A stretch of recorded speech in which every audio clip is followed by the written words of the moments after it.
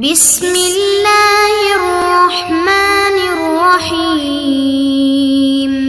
السلام علیکم معزز طلبہ کرام، آپ سب کیسے ہیں؟ آج ہم نور الانوار کے سبق نمبر 101 کو پڑھیں گے اور آج کے سبق کا عنوان ہے حسن کی اقسام کا بیان۔ آج کے ہمارے سبق کی عبارت ثم شرع فی تقسیم الحسن الی عینہ و الی غیرہ سے شروع ہوتی ہے۔ آئیے سب سے پہلے عبارت پڑھ کے اس کا ترجمہ کرتے ہیں، اس کے بعد باقاعدہ سبق کی وضاحت کی طرف بڑھتے ہیں۔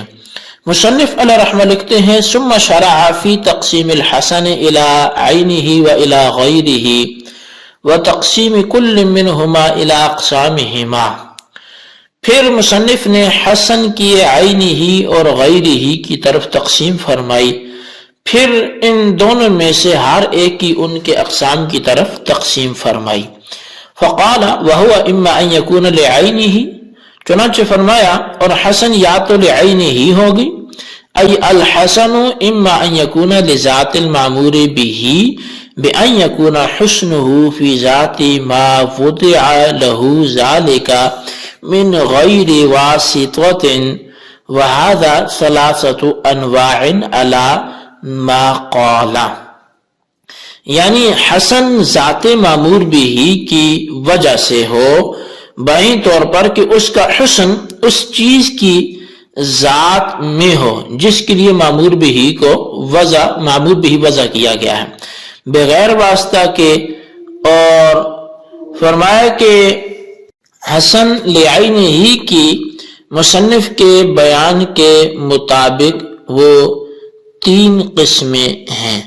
وہوا اما لا يقبل السقوط او يقبله اي لا يقبل ذلك الحسن السقوط من المامور به بل يكون دائما حسنا ومامورا به على المكلف وواجبا عليه، او يقبل السقوط في حين من الاحيان لعذر من الاعذار۔ یا تو وہ سقوط کو قبول نہیں کرے گا یا سقوط کو قبول کرے گا، یعنی وہ حسن معمور بھی سے سقوط کو قبول نہیں کرے گا بلکہ دائمی طور سے حسن اور مکلف پر معمور بھی اور واجب جو ہے وہ اس پر ہوگا، یا آزار میں سے کسی عذر کی وجہ سے ایسا ہوگا، یعنی آزار میں سے کسی عذر کی وجہ سے کسی نہ کسی وقت میں سقوط کو قبول کرے گا۔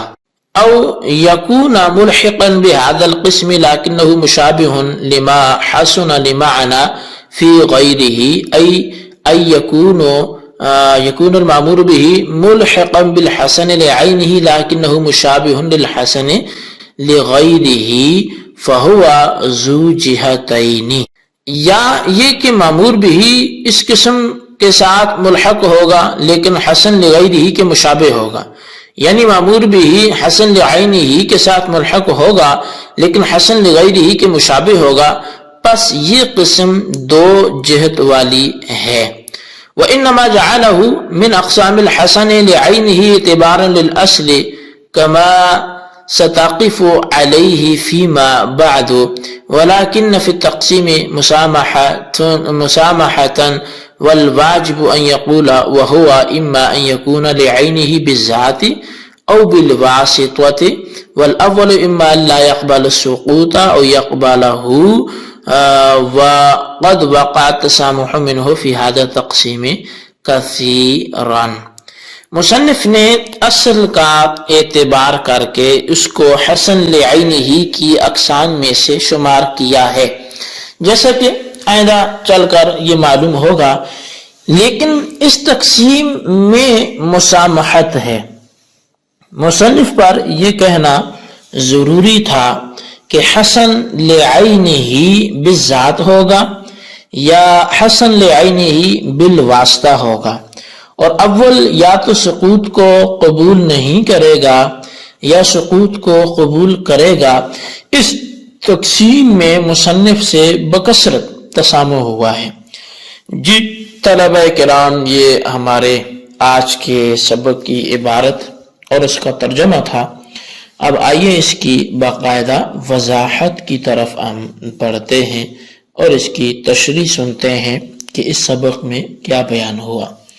تو صاحب نور الانوار کہتے ہیں کہ معمور بھی کے لیے حسن ثابت کرنے کے بعد مصنف علیہ الرحمہ نے حسن کی دو قسمیں بیان کی ہیں. ایک تو حسن لعینہ ہی ہے اور دوسری حسن لغیرہ ہی ہے. پھر ان میں سے ہر ایک کی تین قسمیں بیان کی ہیں. چنانچہ مصنف علیہ الرحمہ نے فرمایا کہ حسن کی دو قسمیں ہیں، حسن لعینہ اور حسن لغیرہ.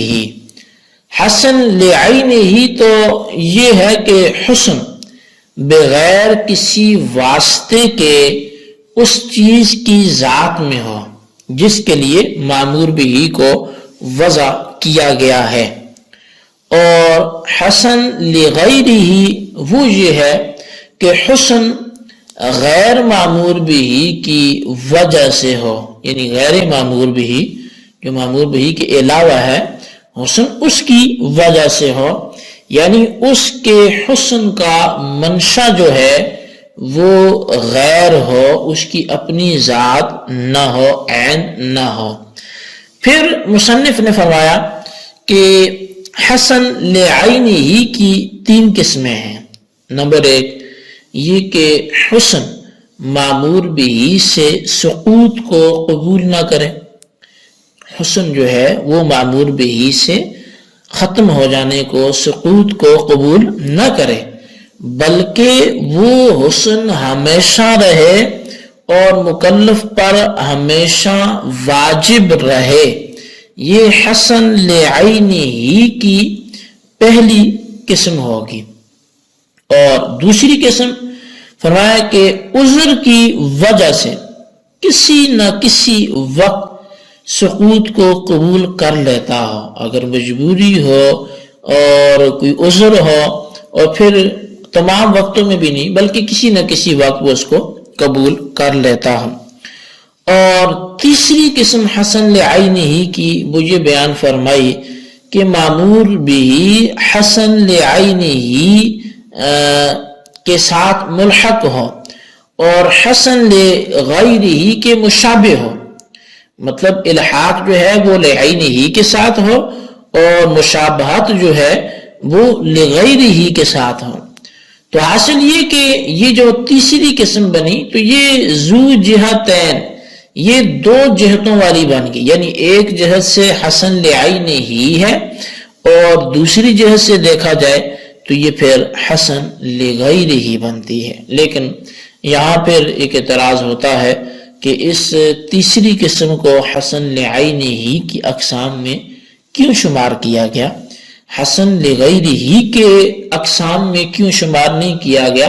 چونکہ اس کا تعلق جہاں حسن لعینہ ہی کے ساتھ ہے تو وہیں پر اس کا تعلق حسن لغیرہ ہی کے ساتھ بھی ہے، تو اس کو ایک ہی میں کیوں بند کر دیا گیا، دوسری کی اقسام میں اس کو شمار کیوں نہ کیا گیا؟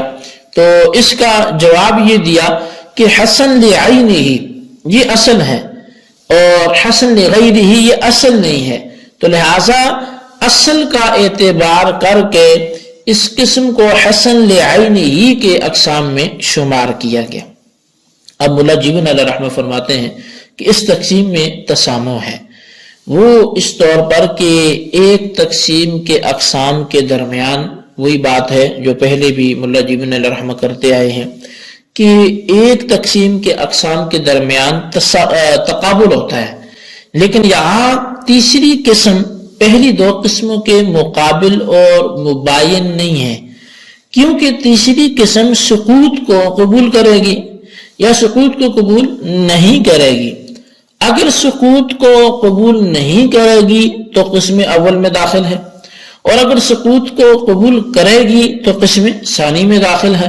تو بہرحال تینوں قسموں کے درمیان تقابل جو ہے وہ مفقود ہے، موجود نہیں ہے. مصنف پر اس طرح بیان کرنا واجب تھا کہ حسن لعینہ کی دو قسمیں ہیں، یعنی اب یہ ملا جیبن علیہ رحمہ فرماتے ہیں کہ مصنف یوں بیان کرتے کہ حسن لعینہ کی دو قسمیں ہیں، ایک حسن لعینہ بذات و بلا واسطہ اور دوسری حسن لعینہ بالواسطہ. پھر اول کی دو قسمیں سقوط کو قبول نہیں کرے گا یا سقوط کو قبول کرے گا. اسی طرح تقسیم کرنے کی صورت میں یہ خرابی لازم، اگر اس طرح تقسیم کریں تو پھر یہ خرابی لازم نہ آئے گی. شارح رحمہ فرماتے ہیں کہ اس تقسیم کے سلسلے میں مصنف سے بکثرت تسامح ہوا ہے، جیسا کہ ابھی گزر اور آئندہ بھی آئے گا اور پیچھے بھی گزر چکا ہے. جی طلبہ کرام، یہ ہمارے آج کے سبق کی وضاحت تھی. اس کو اچھے طرح خلاصتاً اپنے رجسٹر پر ضرور نوٹ کریں اور بالخصوص ان سوالات کے جوابات دیں. سوال نمبر 1 یہ ہے کہ حسن لغیرہ کی کیا وضاحت ہے، کچھ آپ ارشاد فرمائیں. اور سوال نمبر 2 یہ ہے کہ حسن لعینہ یہ کیا چیز ہے، اس کی بھی وضاحت فرمائے. اللہ تبارک و تعالیٰ سے دعا ہے جو کچھ ہم نے پڑھا سنا اسے یاد رکھنے کی توفیق نصیب فرمائے. آمین بجاہ نبی الامین صلی اللہ علیہ وسلم.